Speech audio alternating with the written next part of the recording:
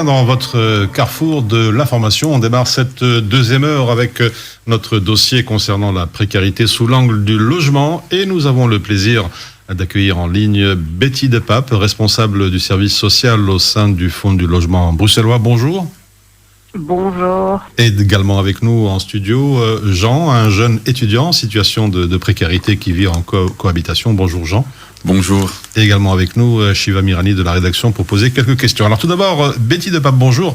Vous êtes donc responsable du service social au sein du Fonds du logement belge. Alors, une première question, si vous voulez bien, d'une manière générale, quelle est, disons un peu, la mission spécifique du Fonds du logement ? Alors, le Fonds du logement, on pourrait dire qu'il a plusieurs pôles. Le premier pôle, c'est la constitution de garanties locatives pour permettre aux familles de prendre en location un logement principalement sur le marché privé. Le deuxième grand pôle, c'est la construction et la rénovation d'immeubles dans le but là de les revendre. Et le troisième pôle, qui a un lien direct, ce sont nos crédits hypothécaires qui permettent aux familles de devenir propriétaires sur les 19 communes de Bruxelles de leur logement. Et alors finalement, c'est le secteur de l'aide locative où le Fonds du logement dispose lui-même d'un certain patrimoine qui peut mettre en location à des familles qui répondent aux conditions du logement social. Alors vous êtes, je rappelle, responsable du service social. Est-ce que vous pouvez nous dire un peu plus sur votre fonction ?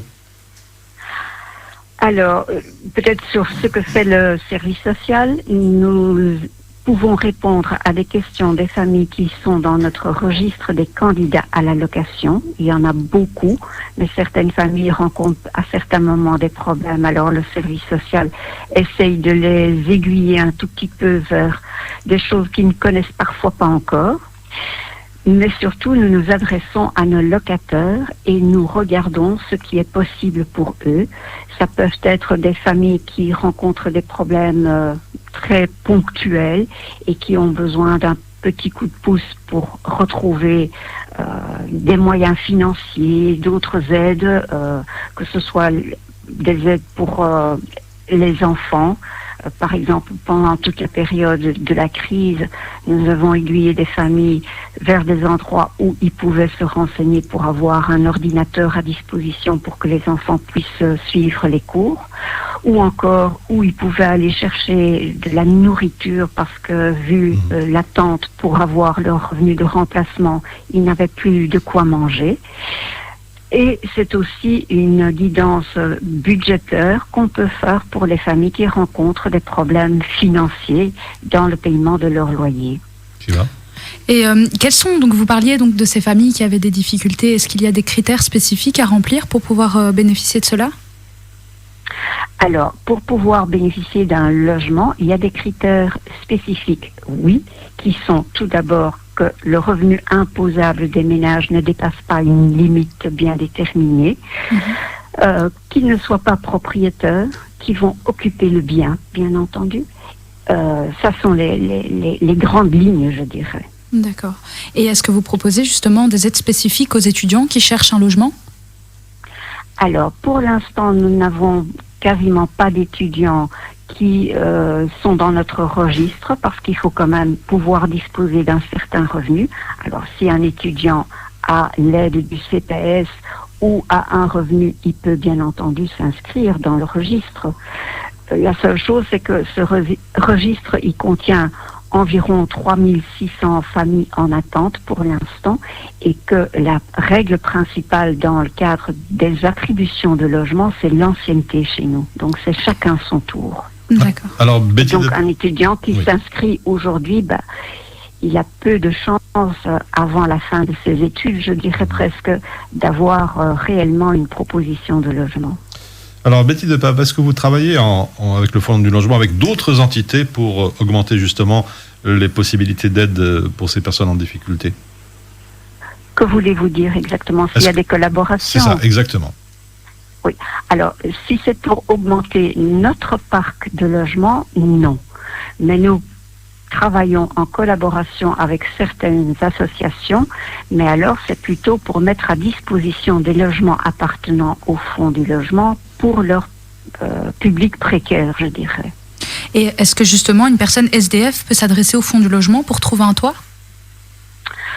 Oui, nous avons plusieurs familles, plusieurs personnes et parfois même des familles qui sont sans logement et qui introduisent leur demande. Ce n'est pas parce qu'ils n'ont pas de logement aujourd'hui qu'ils ne peuvent pas introduire leur demande. D'accord. Est-ce que vous auriez peut-être un petit mot de la fin pour nos auditeurs avant de clôturer cette interview ? Alors, je sais que ça prend énormément de temps pour solutionner le problème du logement, qui est un problème vraiment réel. Je dirais, il faut introduire au maximum de demandes un peu partout et surtout bien suivre administrativement parce qu'à beaucoup d'endroits, il faut refaire et renouveler l'inscription et on voit que là, il y a quand même encore beaucoup de familles qui perdent leur ancienneté parce qu'ils ne répondent pas aux demandes quelque part administratives. Voilà, merci Betty Depape. Je rappelle que vous êtes responsable du service social au sein du Fonds du logement bruxellois. Merci d'avoir été avec nous en direct. Merci beaucoup. Aucun problème. Voilà, Bonne également, journée, au revoir. Merci, au revoir. Également avec nous en studio, Jean-Lionel Gaongou. Bonjour. Bonjour, bonjour. Bonjour Jean. Est-ce que vous êtes donc étudiant ? Est-ce que vous avez actuellement, vous êtes en cohabitation, pardon. Est-ce que dans un premier temps, vous pouvez nous expliquer votre situation actuelle en tant qu'étudiant en situation de précarité ? Donc maintenant, ma situation actuelle, c'est que je vis en cohabitation dans un côté étudiant. Je suis maintenant en stage et j'ai dû trouver, vu la situation actuelle, j'ai dû trouver un job étudiant à côté. Donc je travaille à la FNAC en même temps que mes études, mon stage. Et est-ce que vous recevez une aide autre, comme le CPS, qui vous permet de subvenir à vos besoins ? Oui, je suis inscrit au CPS depuis le début de mes études, donc ça fait maintenant 3 ans. Okay. Et je reçois une aide du CPS, ça depuis des années, depuis le début de mes études, comme je disais, mais ça fait maintenant depuis le mois de novembre que, bon, disons pour arrondir mes fins de mois, j'ai réussi à avoir ce job étudiant, quoi. Alors, Jean, comment ça se passe ? Comment ça se déroule, la cohabitation ? Est-ce que, bon, justement avec la personne avec qui vous cohabitez, comment ça se passe ? Est-ce que vous avez aussi des difficultés à payer certaines factures ? Vous les partagez ou tout simplement aussi des difficultés pour vous acheter à manger, tout simplement ? Oui. En fait, surtout, ça c'était au début quand je me suis installé dans mon nouveau cote parce que j'ai déménagé de mon ancien cote étudiant en juin et je me suis retrouvé sans toit de juin jusqu'en septembre. Ah oui, quand même. Et en septembre, quand j'ai réussi à m'installer, j'avoue qu'avec le fait de payer une caution et les frais scolaires de début d'année, on avait un peu du mal. Mais puisqu'on est des amis et qu'on connaît aussi des amis, on a réussi à s'entraider en groupe et sortir de ces problèmes-là en groupe, quoi. Alors, on a été solidaires. On sait que la crise sanitaire a affecté aussi essentiellement les jeunes depuis le début de la crise. Est-ce que vous avez été, par exemple, dans l'obligation de vous rendre dans une épicerie solidaire ? Oui, justement, c'est la première fois que j'ai dû me rendre dans une épicerie solidaire. C'était en septembre, quand je venais de m'installer, justement, le moment dont je vous parlais juste avant. Et d'ailleurs, en parlant de cette crise sanitaire, comment s'est passé le premier confinement pour vous ? Assez cauchemardesque. Vous n'avez pas reçu une aide supplémentaire de l'État ou du CPS ? Non, vraiment pas tout de suite. À l'heure d'aujourd'hui, oui, on en reçoit. Ça fait plusieurs mois qu'on a reçu un supplément de 50 € venant de la part du CPS. Mais cela est arrivé. Enfin, ce supplément a été versé à partir du mois, je pense, de juillet ou d'août, à quelque chose comme ça. Mais pas au début de la crise en mars. Non. Alors, qu'est-ce qui a été le plus difficile pour vous durant cette année de crise ? Donc, j'imagine les contacts limités, les sorties entre étudiants, les bouffées d'oxygène. Oui, pour ma part, ce n'était pas vraiment tout ce qu'on peut voir dans les médias, donc le manque de soirées, le manque de bouffées d'oxygène, mais c'est parce que je me suis retrouvé à devoir déménager pendant cette période, en fait. Parce que il faut savoir que l'année dernière, au mois de décembre, mon ancien propriétaire et moi, on s'était convenu que en en juin ou en juillet, en tout cas pendant l'été, j'allais déménager parce que voilà, j'avais fait mon temps là-bas et qu'il était temps de changer. Mais malheureusement, quand j'ai commencé à chercher un autre logement, donc vers le mois de février et mars, la crise sanitaire est tombée et donc je me suis retrouvé dans l'incapacité de trouver un nouveau logement, mais aussi dans l'obligation de quitter mon logement actuel. Tout à fait. Donc, dans la vie d'un étudiant, quand il y a aussi la vie scolaire qui change, ça fait beaucoup de changements en un coup, et j'avoue que c'est la période de ma vie où j'étais le plus déstabilisé en fait. Et justement, est-ce que cette période a ralenti vos projets d'études justement? Oui, clairement. Je sais que beaucoup d'étudiants ou soit décroché ou ont mis un petit peu en veilleuse cette année. C'est exactement ce qui s'est passé en fait. Au début de la crise, j'ai dû mettre mes études de côté pendant au moins 2 semaines. Bon, je pense que j'aurais pu gérer ça autrement, mais avec la panique et tout ça, je me suis dit, le plus urgent, c'est d'avoir un toit sur sa tête. Donc du coup, j'ai mis mes études de côté pendant 2 semaines, mais malheureusement, le temps que je fasse ça, naturellement, j'étais dans des projets de groupe. J'étais dans des travaux de groupe à l'école et les gens n'avaient plus de nouvelles de moi, donc ils sont retournés vers les professeurs. Donc heureusement que j'ai réussi à me rattraper et à sauver mes projets scolaires, mais c'était pas gagné parce que justement ils avaient plus de nouvelles de moi. Moi, j'avais plus trop le temps de donner des nouvelles de moi et on pouvait plus se voir non plus. Donc scolairement, c'était une réelle épreuve, oui.